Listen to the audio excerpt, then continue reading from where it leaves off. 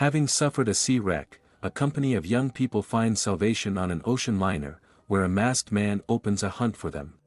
A young woman comforts her son, who had a nightmare, and then hangs out the laundry and watches Tommy drawing. But then she sees the paint spilled on the floor, removing which dirties her dress and gets annoyed. Suddenly she hears the doorbell ring, but when she looks out, she finds no one. Returning to the house, the woman packs a bag, picks up the child, gets into the car and leaves for the harbor, where her boyfriend Greg meets guests on a yacht called Triangle. The married couple Downey and Sally and the woman's friend Heather come on board. The presence of the latter does not delight Greg, but the guy does not want conflicts. Moreover, he sees Jess, who looks quite strange. Another friend of theirs, Victor, who brought her, tells Greg that the woman is clearly not herself. And she hugs the man, apologizes for something incomprehensible and enters the ship. The yacht goes out to sea, and Jess suddenly finds herself on the sandy shore of the ocean, but when she looks up, she sees a cabin around and Heather with a glass of champagne, who is interested in her well-being. Jess excuses herself with a nightmare, while Greg upstairs clarifies why Victor decided that his girlfriend was not okay, and he says that when asked about her son, she said that the boy was at school, but it's Saturday. Greg says that Tommy is autistic, and special schools work 7 days a week, and asks to be more attentive to Jess. Meanwhile, Jess comes on deck, and Greg puts her at the helm. The woman wakes up and smiles at her boyfriend, while the girlfriends discuss her, not understanding what Greg found in this waitress.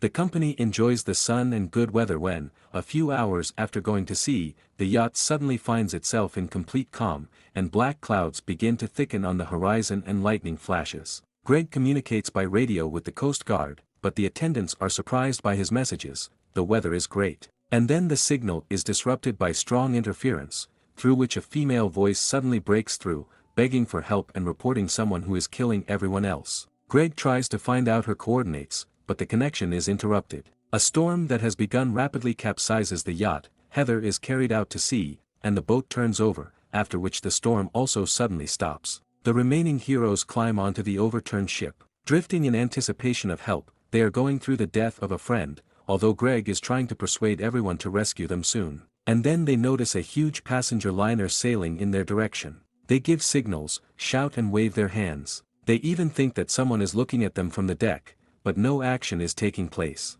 After waiting for the ship to come closer, the company manages to get to the ladder and climb aboard, but, oddly enough, there is no one on the deck, as well as inside. Wandering along with the others through the deserted corridors of the liner, Jess experiences a growing sense of déjà vu and the feeling that someone is watching them. Greg calms the girl. The liners are all similar to each other, so there is nothing strange in her feelings. And then Downey finds a small showcase dedicated to the history of the ship. An old photograph captures the day of the ship's launching in 1932 and deciphered its name, Aeolus, given to the ship by the name of the Greek god of wind, who cheated death, for which he had to push a huge stone up the mountain forever, which rolled back over and over again. And then Victor notices a bunch of keys on the floor, which, oddly enough, belong to Jess. The find seems incredible, because the girl dropped the keys on the yacht during a storm. Greg doesn't believe in such a possibility, but Jess shows a photo of her son on a keychain. Sally makes the assumption that Heather could have survived and boarded, taking the keys with her. Men do not believe in such a possibility, but how else can you explain their presence? The team goes further and finds itself in a banquet hall, which seems to be prepared for a party. Sally tries to find her friend, calling out to Heather, and Jess notices that her watch shows the same time as the ship's, although Victor's watch has a completely different hour. And then the woman notices someone in the reflection of the mirror. Victor rushes in pursuit of the unknown, while Greg and Jess continue to explore the ship, and Sally and Downey remain in the hall. Greg notices his girlfriend's strange condition. She apologizes. Everything seems familiar to her, but Greg blames everything on the shock of what happened. And then they hear the sound of water, and, entering the toilet room of one of the cabins, they find a bloody inscription that orders them to go to the theater. Meanwhile, Victor continues to inspect the ship, and strange sounds are heard while Jess tries to convince Greg to return to the others because she is scared. But the man persuades her not to pay attention to the stupid jokes of the crew, because this inscription cannot be anything else. The heroes separate. Jess goes back to the banquet hall, while Sally and Downey find a bloody path on the floor. The man persuades his wife to go to the theater because he does not believe that Heiser survived. But then whose blood was it? Meanwhile, Jess gets to the hall, where she is suddenly attacked by a bloody Victor. In the struggle, she grabs the wound on his head, which causes the man to lose consciousness. And then a shot is heard nearby. Jess runs to the theater, where she discovers Sally and Downey next to the body of the murdered Greg. Sally, in a fit of rage, accuses Jess of murder, because Greg said about it before he died, and before that she told them to go to the theater.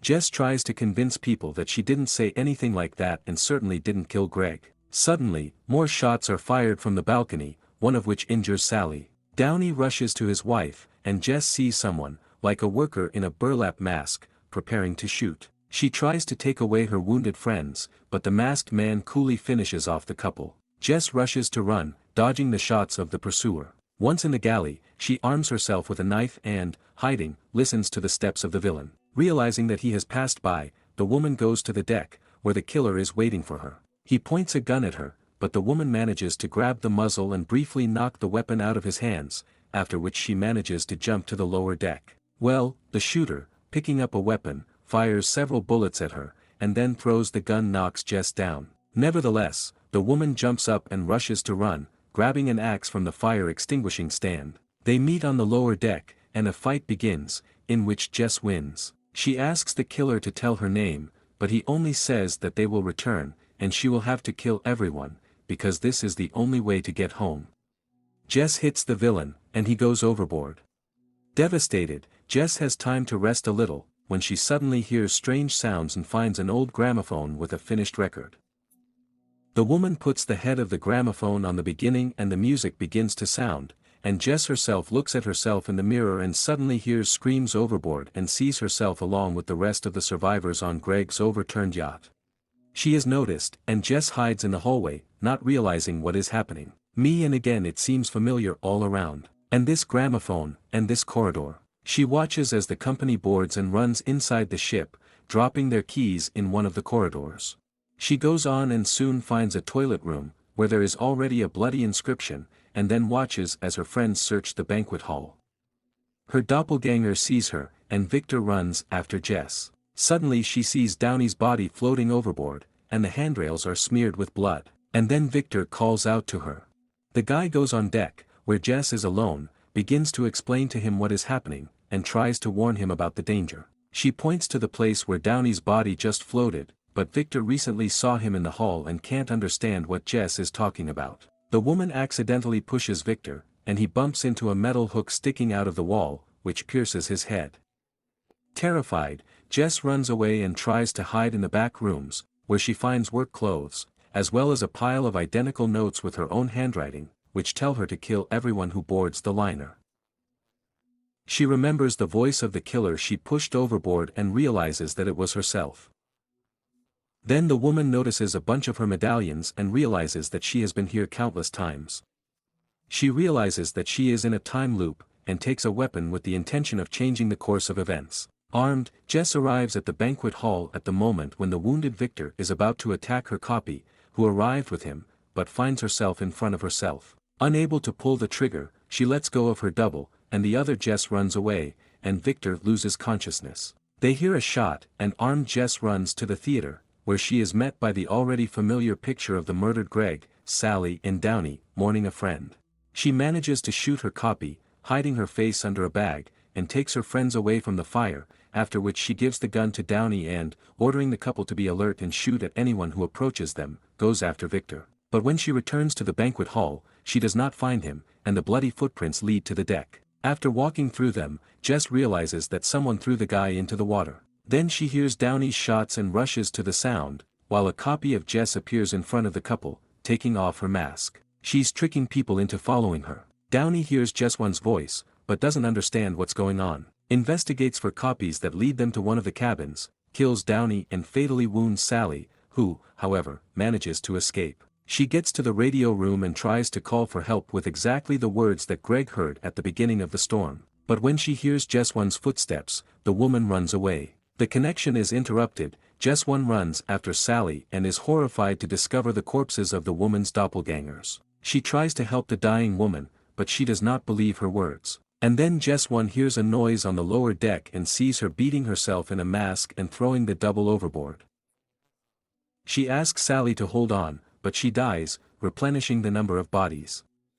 Jess 1 looks down, hears the voices of friends again and realizes that another group of doppelgangers landed on the liner. The woman runs to the engine room and tries to stop the ship, but she fails to do so. The heroine follows Victor and her double, and then goes to the toilet room, where she finds Downey's body, writes an order to go to the theater and throws the man's body overboard.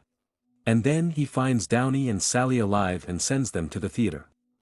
And she herself, taking a gun and wearing a suit with a bag on her head, decides to play it all over again and act as a killer. She goes to the theater, where she takes aim at Greg, trying to explain that they will return home when everyone dies, here on the ship. A shot rings out, Greg falls down, and Jess with a bag on her head opens fire on Sally and Downey. And then he goes to hunt himself down and finds himself in the role of the loser. She orders the doppelganger to kill everyone and flies overboard. Jess falls into the water and wakes up on the sandy seashore. She finds her way and soon gets to her house. Through the window, Jess sees her son drawing and herself hanging laundry.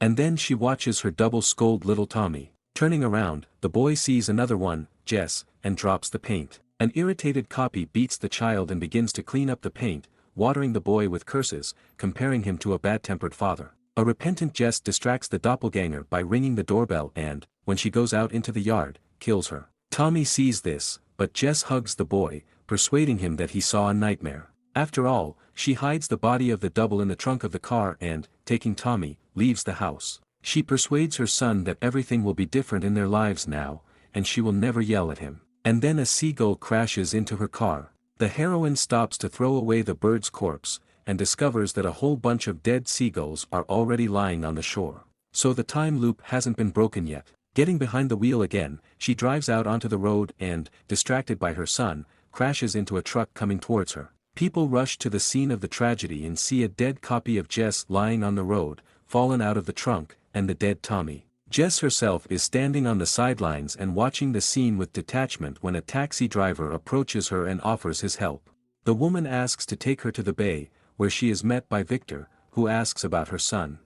Jess says that the boy is at school, and goes to meet Greg and his friends, thereby launching a new time round. It is no coincidence that the ship bears the name of a god who cheated death and for this forced to repeat his actions over and over again. Apparently, the image of the heroine symbolizes the ordeal of the soul. Knowing his sins and his sentence, the restless soul suffers, unable to change something, but observing them again and again.